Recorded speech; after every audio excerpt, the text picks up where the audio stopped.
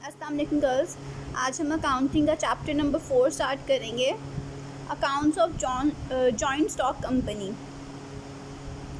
Already हम 2 chapters complete कर चुके हैं, चैप्टर नंबर 1 और चैप्टर नंबर 5। अब हम चैप्टर नंबर 4 स्टार्ट करेंगे, accounts of joint stock company.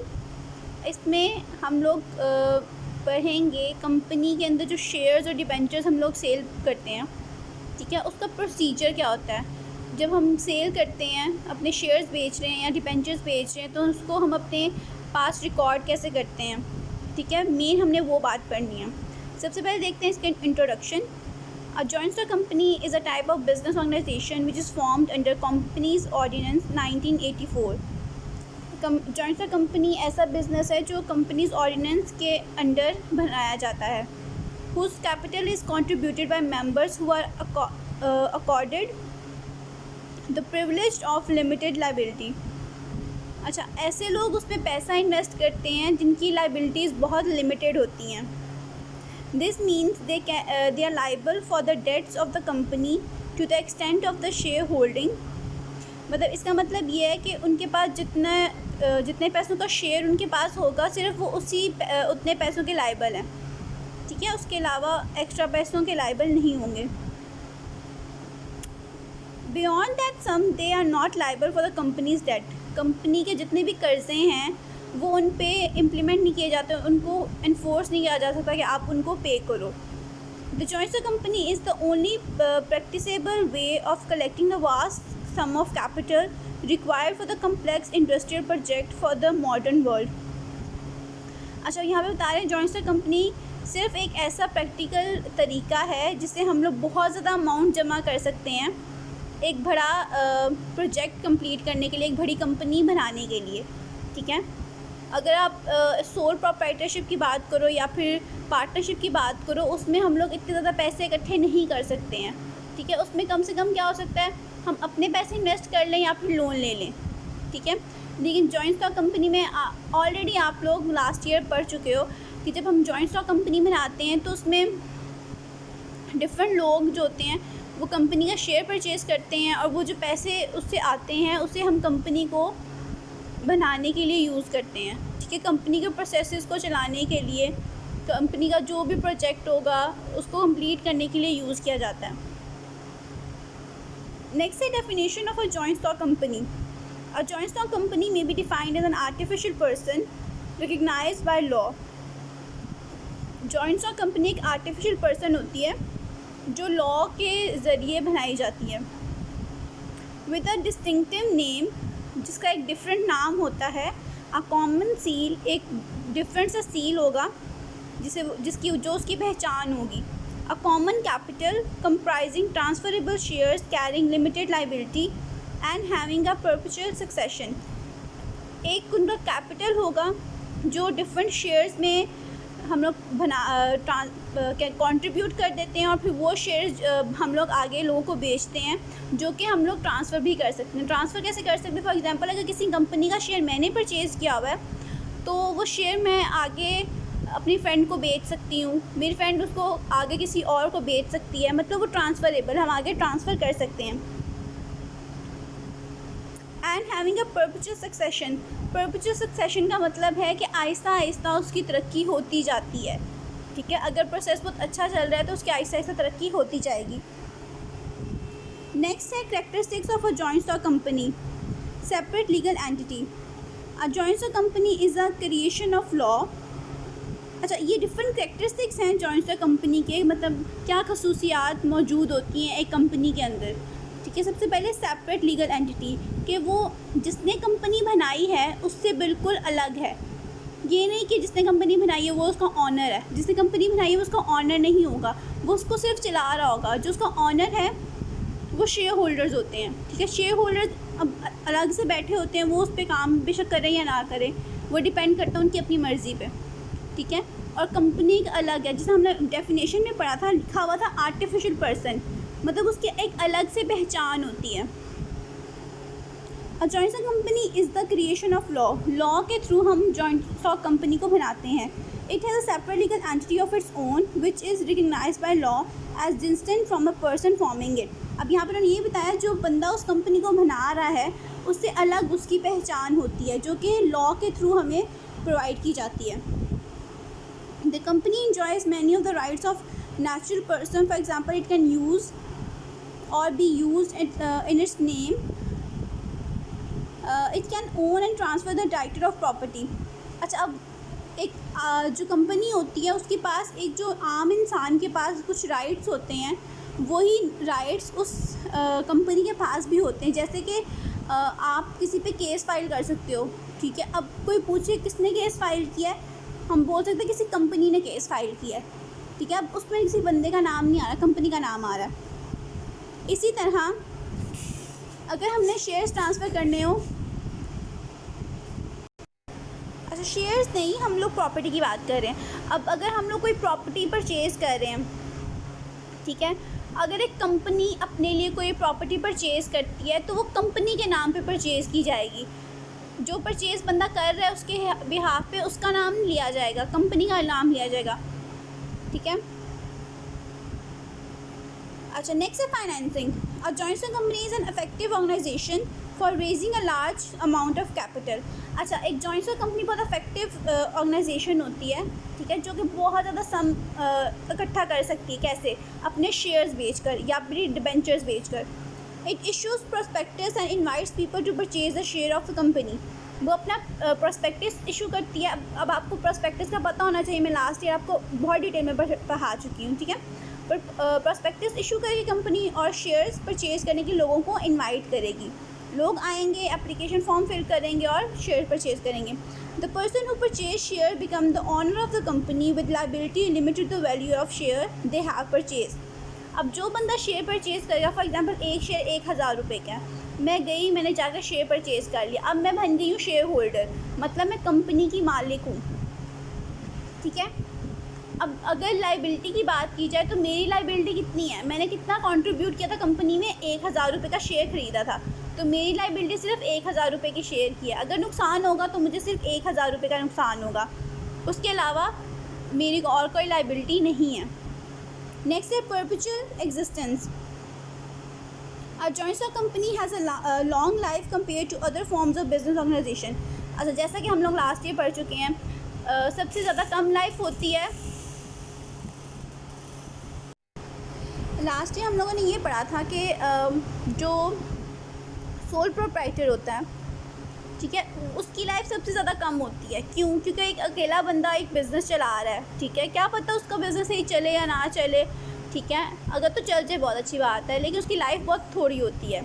और एक उसकी फॉर एग्जांपल अगर उसकी डेथ हो गई, ठीक है, अगर तो उसका बेटा उसका बिज़नेस टेक ओवर कर लेगा तो उसका बिज़नेस चलेगा, वरना वो बिज़नेस ख़त्म हो जाएगा।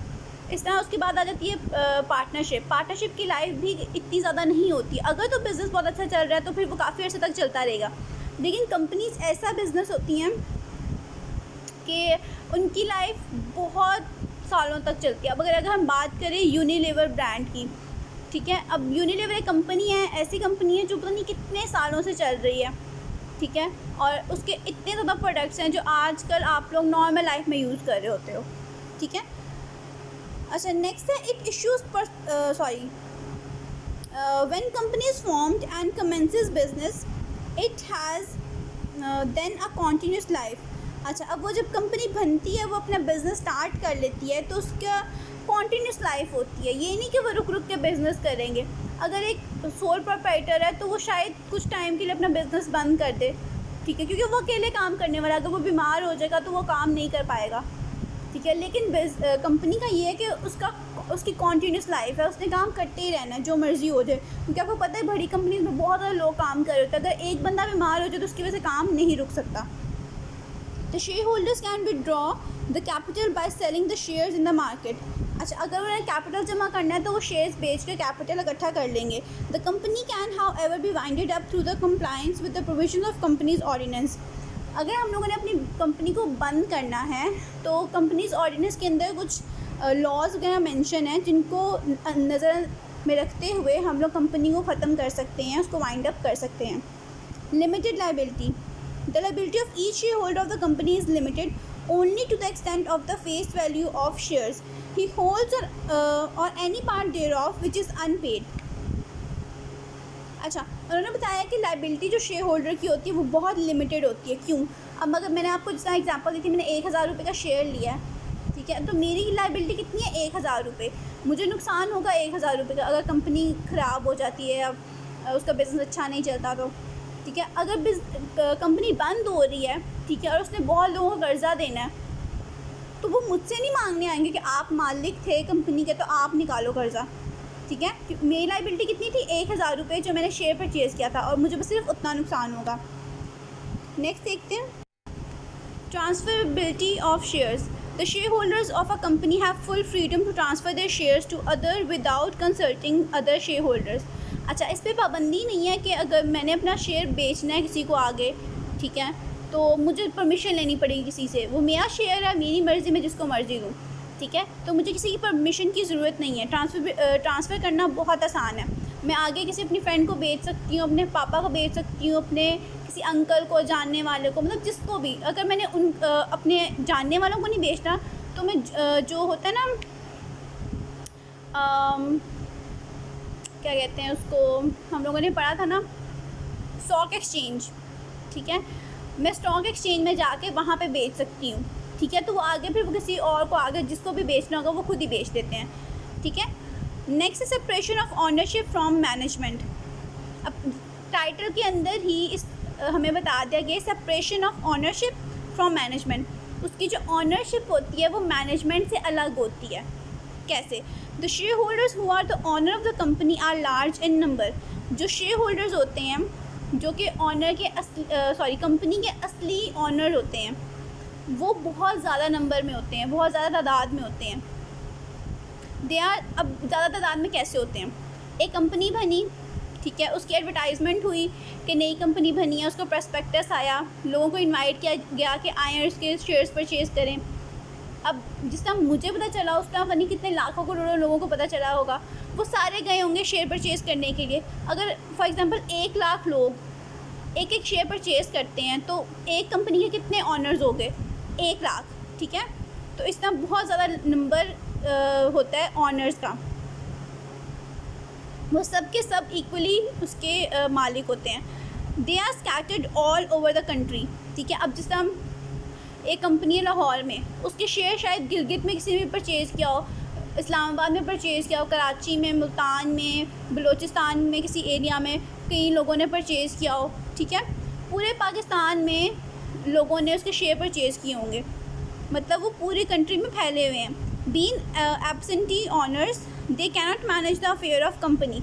अच्छा, अब जब पूरे मुल्क में इतने ज़्यादा ऑनर्स हैं कंपनी के, तो वो डिफरेंट जगह से आकर कंपनी को चला सकते हैं? नहीं। The share holders therefore elect board of directors.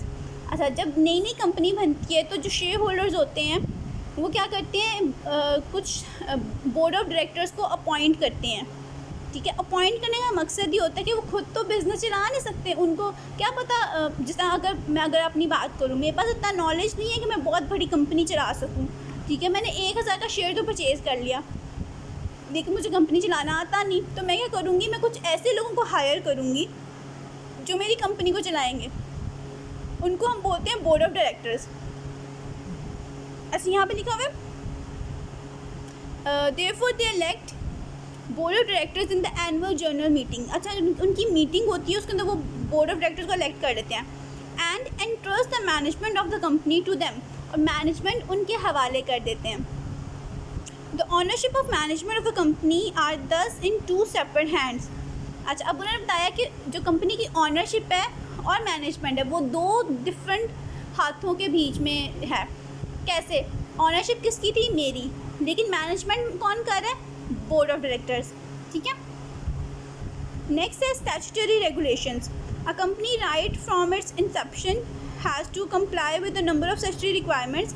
It has also to submit returns and report during the life time of the government. अच्छा, अगर हम लोगों ने कंपनी बना ली है तो कंपनी बनाने के बाद कुछ काफ़ी ज़्यादा रूल्स और रेगुलेशंस होते हैं जिसको हमने नज़र में रखना होता है और उनको फॉलो करना लाजमी होता है। अब एक कंपनी जो होती है उसकी जो भी काम चल रहा है उसको हम बहुत प्राइवेट नहीं रख सकते, छुपा के नहीं रख सकते। कि अगर फॉर एग्जांपल मेरी कोकोमो वाली कंपनी है और मैं एक दिन में 1 लाख कोकोमो बना रही हूँ, तो मैं ये नहीं करूँगी मैं छुपा के रखूँगी कि मैंने किसी को नहीं बताना मैं एक दिन में 1 लाख बनाए हैं। ठीक है। कंपनीज़ के अंदर ऐसा नहीं होता। कंपनी में आपकी सारी इन्फॉर्मेशन एक्सपोज्ड होती है, सबको पता होता है कि ये कितना काम कर रहे हैं, कैसे काम कर रहे हैं, कितना कमा रहे हैं, इनका प्रॉफिट कितना हो रहा है, सब कुछ उनको पता होता है, ठीक है। और हर साल के एंड में हमें कुछ रिपोर्ट्स जमा करवानी होती हैं और वो लाजमी जमा करवानी होती हैं। Next, the common seal. Since the company is an artificial person created by law, it therefore can not sign document for itself. अच्छा, अब जैसे कि हमें पता है कि आर्टिफिशियल पर्सन है एक कंपनी, ठीक है, तो वो अपने जो साइन नहीं कर सकती कहीं पे भी, ठीक है। तो उसके लिए हम लोगों ने कॉमन सील रख लिया। The common seal with the name of the company engraved on it is therefore used as a substitute for its signature। अब जाहिर सी बात है, कंपनी खुद तो साइन कर नहीं सकती, तो हमने उसके लिए एक सील बना दिया जिसके ऊपर कंपनी का नाम लिखा होता है, एड्रेस लिखा होता है, फ़ोन नंबर लिखा होता है, और जहाँ पे भी हमें कंपनी के साइन चाहिए होते हैं हम वहाँ पे वो सील लगा देते हैं, ठीक है। नेक्स्ट है rigidity of the objects in a company form of organisation. The objects and power of the company are set out in the memorandum of association of the company।